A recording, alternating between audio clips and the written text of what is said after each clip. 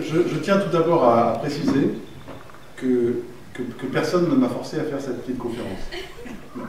Pas même ma femme, je veux dire, que je la fais librement.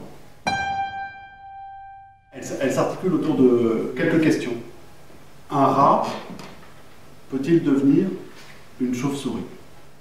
L'intérêt d'un labyrinthe réside-t-il dans le fait d'en sortir ou dans le parcours aveugle, ludique lui-même?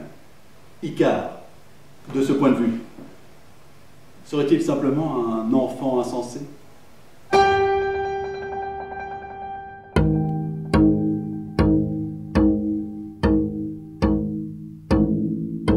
Notre alphabet nécessite-t-il vraiment 26 lettres, ou 70 comme chez les Turcs? Ne pourrait-on pas imaginer un alphabet de 7, 12 ou 20 lettres? Un principe d'économie?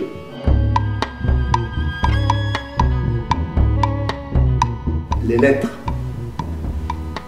et les êtres sont-ils solubles dans les nombres?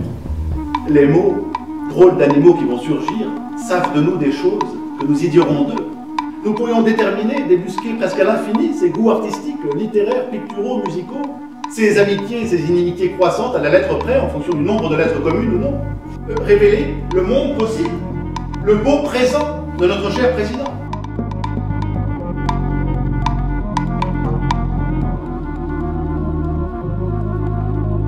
Amante, mariée à la tempête et à l'intempérie matinale, à l'aile et à la rame, à l'allée, le temps, le parc, la mare, la mythe, la mer et le cap, à cette prairie mentale, à cette amarille à peine, cette marmite, ce minerai, cette mêlée même, le mélia et le miel, mille mêlés à la miété, pain mêlé à la palmite, ça parlant.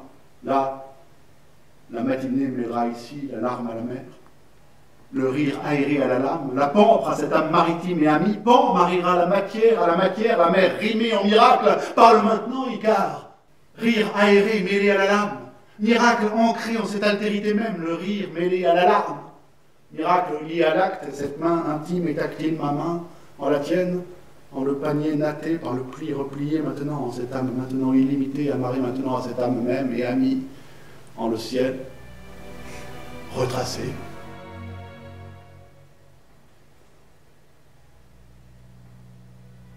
En cette demeure yalloïde mitoyenne, ce tramway enchanté de Myrmidon, ce harem où l'hymen a lieu loin de la tyrannie, la lyre, écoute. Nous voici pris au cœur de ces rouages alphabétiques, de ces échafaudages dorés d'accents et de rythmes.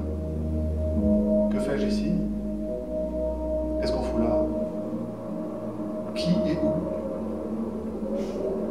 Comment une belle absente peut-elle être présente? Un mort vivant? Comment le rat peut-il devenir chauve-souris et voler aveuglément vers le soleil? Serait-ce pour cela que le beau présent navigue en funambule sur la mer sombre des lettres abandonnées, en faisant sonner les lettres restantes comme des vigies lumineuses, des grelots ou des sirènes, et tisse ainsi si étrangement l'absence joyeuse et triste de ce qui est et qui passe, se donne irréductible, ou est capturé un moment par le piège à oiseaux qu'il construit lui-même, par ce filtre, où passe encore la trace et la lumière d'or des souvenirs.